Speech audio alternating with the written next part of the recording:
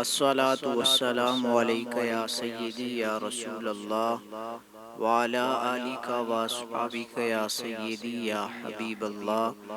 بآواز بلند بیک زبان بیک آواز درود شریف پڑھ لیں۔ الصلاة والسلام علیک یا سیدی یا خاتم النبیین وعلی آلک و اصحابک یا سیدی یا بندہ پروردگارم امت احمد نبی دوست دار چہار یارم تابع اولاد علی مذہب حنفی دارم ملت حضرت خلیل خاک پائے غوث اعظم زیر سایہ ہر ولی۔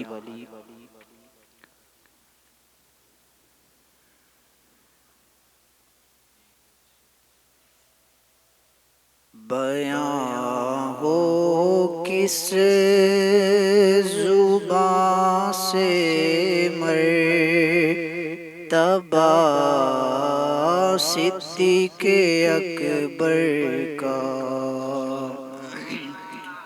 بیاں ہو کس زبان سے مرتبہ صدیق اکبر کا، ہے یار غار محبوب خدا صدیق اکبر کا، ہے یار غار محبوب خدا صدیق اکبر کا۔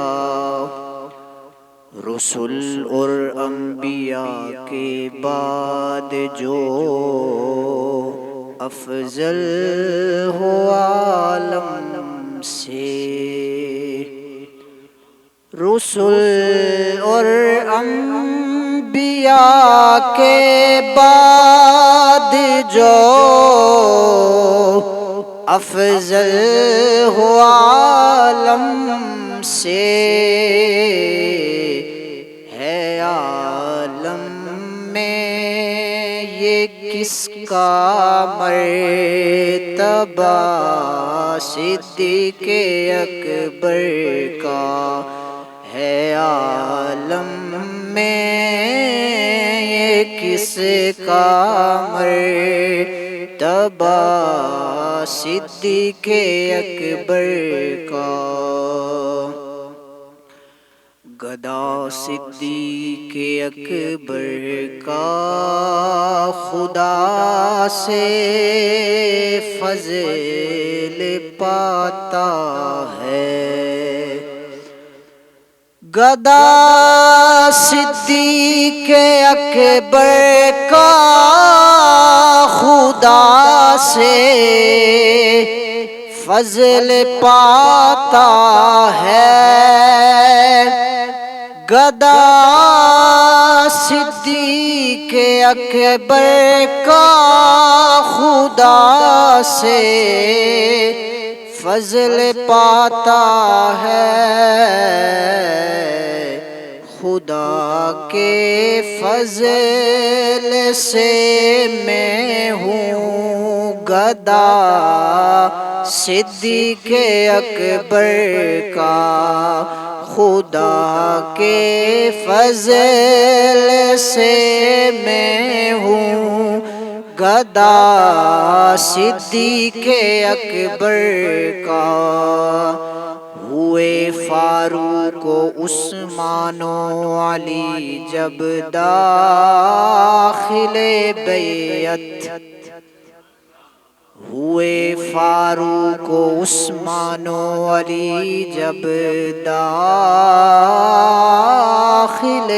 بیعت، ہوئے فاروق و عثمان و علی جب داخل بیعت، بنا فخر سلاسل سلسلہ صدیق اکبر کا، بنا فخر سلاسل سلسلہ صدیق اکبر کا۔ اور آخر میں حضرت امام حسن رضا خان علیہ رحمہ شہنشاہ سخن شہنشاہ زمن اعلیٰ حضرت کے برادر اصغر کمال کا شعر لکھا: لٹایا رائے حق میں گھر کئی بار اس محبت سے، لٹایا رائے حق میں گھر کئی بار اس محبت سے، کہ لٹ لٹ کر حسن گھر بن گیا صدیق اکبر کا، کہ لٹ لٹ کر حسن گھر بن گیا صدیق اکبر کا۔ حمد و صلات کے بعد ذی وقار و ذی احتشام علماء کرام، خلفائے اعظام، محترم مکرم ثنا خانان شیریں لسان، عشاقان مصطفیٰ، السلام علیکم ورحمۃ اللہ وبرکاتہ۔ بڑی تفصیل اور بڑی وضاحت کے ساتھ محترم غلام مرتضیٰ حبیبی صاحب آپ کے سامنے تمام تفاصیل محفل پاک کے رنگ کو پیش کر رہے تھے، اور بڑی خوبصورت حاضری پیش کی ہمارے محترم مکرم مہمان ثنا خان رائے نوید وارسی صاحب نے۔ اللہ آپ کو مزید سوز آواز میں برکات نصیب فرمائے۔ ہمارے بزرگ استاد حضرت علامہ قاری شفیق الرحمن صاحب آپ تشریف رکھتے ہیں، حافظ نور خان صاحب، خلیفہ محمد صابر حسین نقشبندی گنگولوی آپ تشریف رکھتے ہیں۔ اللہ ان بزرگوں کا سایہ تا دیر سلامت فرمائے۔ مختصر وقت میں حضرت سیدنا ابو بکر صدیق رضی اللہ تعالیٰ عنہ کے حوالہ سے گزارشات عرض کروں گا۔ ہمارے آقا و مولا صلی اللہ علیہ وسلم نے ایک حدیث مبارکہ حضور نے ارشاد فرمایا، توجہ رکھیں گے۔ حضور کریم ارشاد فرماتے ہیں، راوی اس کے حضرت عبداللہ بن مسعود رضی اللہ تعالیٰ عنہ ہے۔ ہم چونکہ سنی حنفی ہیں، فقہ حنفی کی جو بنیاد ہے وہ ساری کی ساری حضرت عبداللہ بن مسعود کی روایات پر ہے۔ یہ یاد رکھا کریں، ہمارا جتنا فقہ ہے، ہمارے امام صاحب نے جتنا علم حدیث لیا اور ہم تک پہنچایا، اس سب کا دار و مدار جن کی روایات پر ہے وہ حضرت عبداللہ ابن مسعود ہے۔ اور حضرت عبداللہ بن مسعود کے پاس فیضان کیا تھا کہ وہ نبی علیہ السلام کے نالین اٹھایا کرتے تھے۔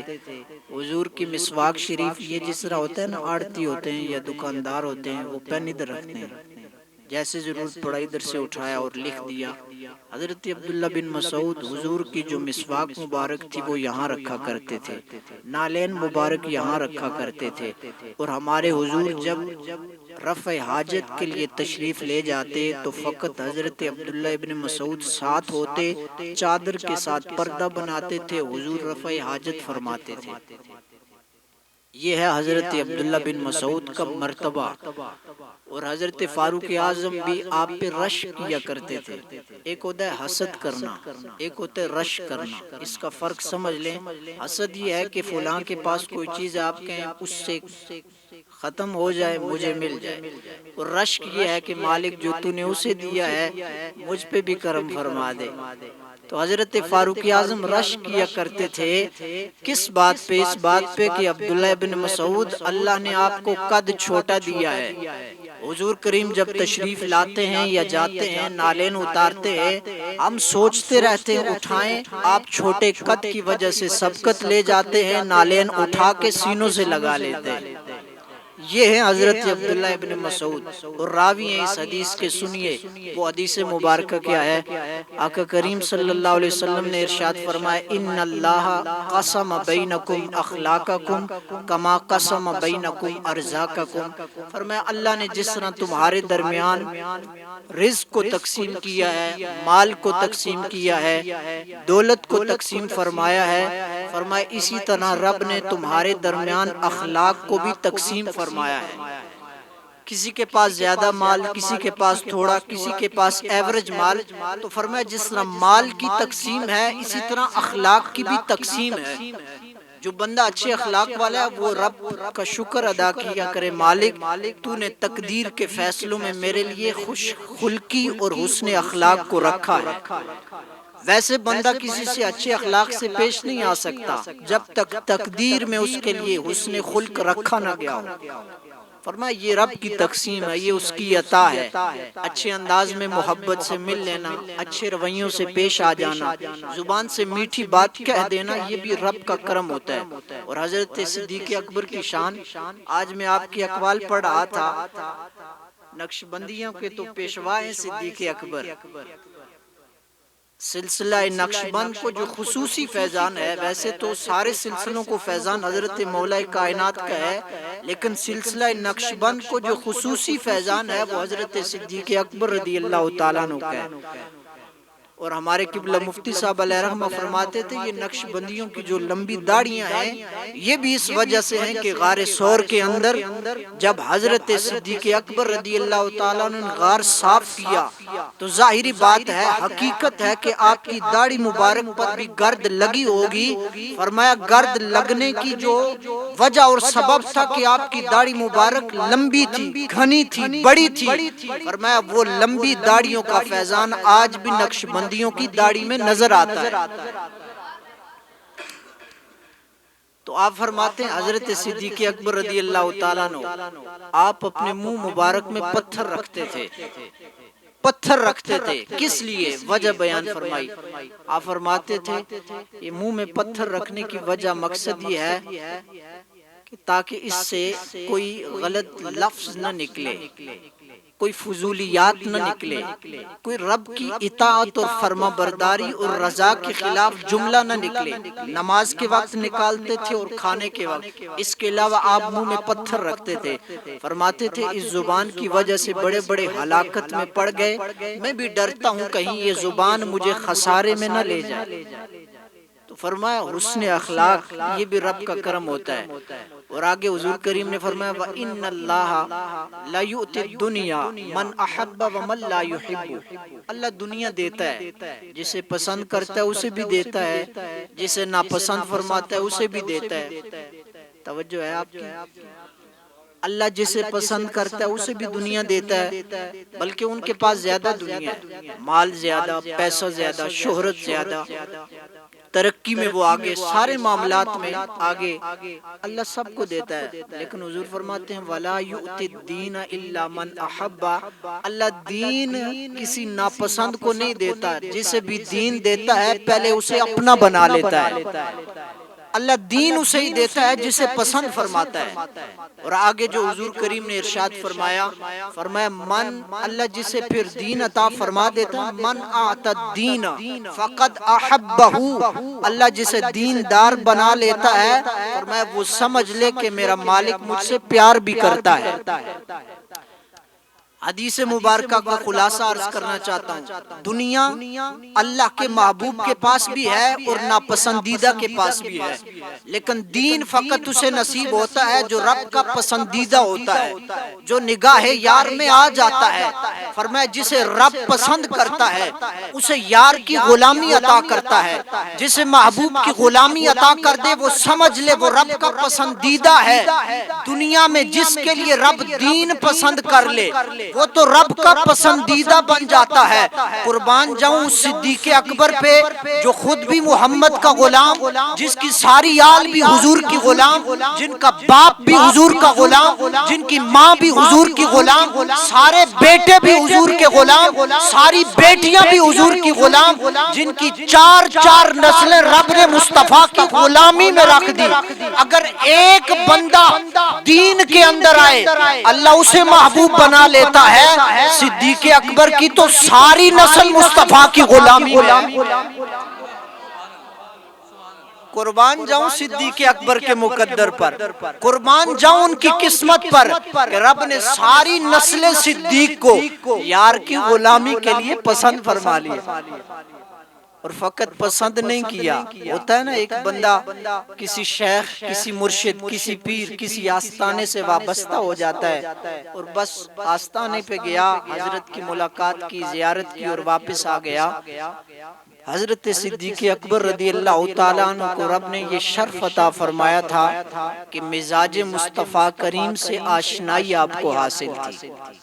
وہ مزاج شناسائے نبوت تھے، حضور کے مزاج کو سمجھنے والے تھے۔ حضور کیا چاہتے ہیں صدیق سمجھتے تھے، حضور کی خواہش کیا ہے صدیق جانتے تھے، حضور اس حال میں، اس کیفیت میں کیا کہنا چاہتے ہیں، کیا فرمانا چاہتے ہیں، زبان مبارک پہ لفظ بعد میں آتے تھے، صدیق کے دل پہ وارد ہو جایا کرتے تھے۔ ایک مثال پیش کروں گا کہ کتنا قلب صدیق اکبر کو قلب مصطفیٰ کریم سے ربط تھا، تعلق تھا، تعلق کتنا حاصل تھا۔ اور ہمارے صوفیاء، ہمارے مرشد کریم حضرت پیر محمد ندیم سلطان صاحب سروری قادری آپ بھی فرماتے ہیں مرید وہ اچھا ہوتا ہے جو شیخ کے مزاج کو سمجھتا ہے۔ میرا پیر کیا چاہتا ہے، میرا استاد کیا چاہتا ہے، میری ماں باپ کا ارادہ کیا ہے، ان کے کہنے سے پہلے جو کر دیتا ہے وہ سچا ہوتا ہے۔ وہ باپ بھی، وہ بیٹا بھی ہو سکتا ہے، وہ مرید بھی ہو سکتا ہے، وہ شاگرد بھی ہو سکتا ہے، پر میں کہہ کے جسے کہنا پڑے، بتانا پڑے، سمجھانا پڑے، وہ بھی کوئی مرید ہے، وہ بھی کوئی گدھا ہے، وہ بھی کوئی غلام ہے۔ کہا جو غلام بن جاتا ہے پھر وہ انداز سے ہی سمجھ جاتا ہے، یہ چاہتے ہیں۔ حضرت صدیق اکبر کو رب نے یہ شرف عطا فرمایا تھا۔ تمام صحابہ کرام کو تو رب نے شانیں دی، لیکن یہ خاص بات تھی آپ کی ذات میں۔ نبی اکرم نور مجسم شفیع معظم رحمت عالم صلی اللہ علیہ وسلم غار حرا میں جب تشریف فرما تھے، وحی الہی نازل ہوئی، کیفیت قلب مبارک کی کچھ تبدیل ہوئی، حضور واپس تشریف لائے۔ وہ پہلی وحی کا قصہ ذہن میں رکھیے گا۔ گھر میں تشریف لائے حضور تو سیدہ ام المومنین سیدہ خدیجہ الکبریٰ، بعض حضرات خدیجہ پڑھتے ہیں، یاد رکھا کرے یہ نام خدیجہ کوئی نہیں ہے، یہ تو بے ادبی ہے آپ شخصیت کی، آپ کی ذات مبارکہ کی یہ بے ادبی ہے، نام ہی نہیں ہے۔ کم از کم نام نہ آئے تو سیدہ کہہ کے منسوب کر دیں، لیکن غلط نام لینا یہ نہیں۔ خدیجہ بنت خویلد رضی اللہ تعالیٰ عنہ سب کہہ دیں۔ تشریف لائے تو سیدہ نے عرض کی حضور خیریت تو ہے، عرصہ دراز ہو گیا آپ تشریف لے جاتے ہیں، ذکر الہی کرتے ہیں، آپ کیفیت میں رہتے ہیں، آج کچھ کیفیت تبدیل ہے۔ نبی علیہ السلام نے وہ سارا قصہ بیان فرمایا کہ قرآن پاک کی آیات نازل ہوئی، فرشتہ آیا، رب کا کلام لے کے آیا۔ تو سیدہ نے، نبی علیہ السلام نے فرمایا اے خدیجہ زملونی، چادر ڈال دو مجھ پر، کمبل ڈال دو۔ وہ کیفیت تھی نا، رب کا فیضان جو تھا آپ کے قلب مبارک پر، وہ جوش پہ تھا، تو فرمایا کمبل ڈالو۔ جب ساری کیفیت معلوم ہوئی تو سیدہ نے عرض کی حضور اے میرے سرتاج کلا، پریشان نہ ہوں، ابشر، یہ تو خوشخبری کی بات ہے، یہ تو بشارت کی بات ہے، یہ تو قسمت کی بات ہے۔ فواللہ لا یخزیک اللہ ابدا، میرا رب آپ کو کسی میدان میں رسوا نہیں کرے گا، آپ کو نہیں چھوڑے گا، ہر میدان میں رب کی نصرت محبوب آپ کے ساتھ رہے گی۔ محدثین اس جملے سے ایک حسین نکتہ بیان فرماتے ہیں، فرمایا وہ عورت بڑی خوش نصیب ہوتی ہے کہ جس کا خامد باہر سے تھکا ماندہ آئے اور اس کی زبان سے ایک جملہ نکلے، اس کے سارے دن بھر کی تھکاوٹ اتر جائے۔ سیدہ پاک نے اتنا جملہ عرض کیا نا، حضور پریشان نہیں ہونا، پریشان نہیں ہونا، یہ تو خوشخبری کی بات ہے۔ تو فرمایا سیدہ پاک کی سیرت مطہرہ سے یہ فیضان ملتا ہے امت کی خواتین کو کہ جب گھر میں باہر سے افراد آئیں تو تمہارا جملہ میٹھا ہونا چاہیے، دن بھر کی ساری تھکن اتر جائے۔ فرمایا یہ سیدہ کی خدمت گزار خواتین کا مزاج ہونا چاہیے۔ آگے جو دلائل بیان کیے وہ سننے والے ہیں۔ بخاری شریف کے لفظ ہے، سیدہ نے عرض کی حضور آپ پریشان نہیں ہوں، آپ تو بڑے عظیم ہیں۔ کیوں عظیم ہے؟ انک لتصل الرحم، آپ تو رشتہ داروں کو جوڑتے ہیں۔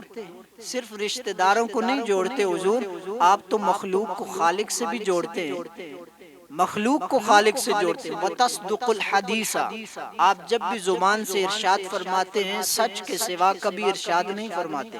وتحمل الکل، جن کا بوجھ کوئی نہیں اٹھاتا نا حضور آپ ان کا بھی بوجھ اٹھاتے ہیں۔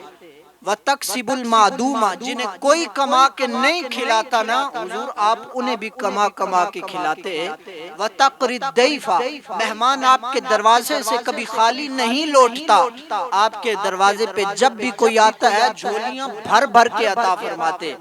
وتعین علی نوائب الحق، رب کی طرف سے آنے والی مصیبتیں، تکلیفیں اور حادثات پر آپ امت کی نگہبانی بھی فرماتے ہیں، مخلوق خدا کو آپ حوصلہ اور صبر بھی عطا فرماتے ہیں۔ یہ 6-7 دلائل پیش کیے سیدہ نے، عرض کی حضور آپ پریشان نہ ہوں، جس کی ذات میں یہ اوصاف کمال، یہ محاسن، یہ کمال کی باتیں ہوتی ہیں، اللہ اس کی ذات کو کبھی رسوا نہیں ہونے دیتا۔ قربان جاؤں صدیق اکبر پہ، 5ویں ہجری تھی، ہجرت کا 5واں سال تھا۔ حضرت صدیق اکبر اعلان نبوت کا 5واں سال، حضرت صدیق اکبر مکہ شریف چھوڑ کے جانے لگے، سامان باندھا، رخت سفر باندھا، نکل رہے تھے۔ راستے میں ایک قبیلے کا سردار ملا جس کا نام تھا ابن داغنہ۔ کیا نام تھا؟ ابن داغنہ، غین کے ساتھ ابن داغنہ ملا۔ کہ این ترید یا ابا بکر، کہاں کا ارادہ ہے، کدھر جانا چاہتے؟ آپ نے فرمایا یہ کافروں نے بڑا تنگ کیا ہے، نہ عبادت کرنے دیتے ہیں، نہ ذکر کرنے دیتے ہیں، نہ رب کا نام لینے دیتے ہیں۔ ارادہ یہ ہے کہ ایسے شہر میں جاؤں، ایسی جگہ جاؤں جہاں رب کا نام تو لے سکوں، رب کا نام تو لے سکوں، اطمینان کے ساتھ اس کا ذکر کر سکوں۔ وہ کافر کہنے لگا صدیق آپ جیسا جو بھی ہوتا ہے نا، اسے نہ قوم والے نکالتے ہیں اور نہ وہ خود اپنا گھر چھوڑ کے جاتا ہے۔ جملوں کا حسن دیکھنا، جملوں کی خوبصورتی دیکھنا۔ آگے اس نے جو دلیلیں قائم کی، اس پر جو عمارت اس نے رکھی کہ آپ جیسے کو نہ محلے والے نکالتے ہیں، نہ گھر سے وہ خود چھوڑ کے جاتا ہے۔ کیوں؟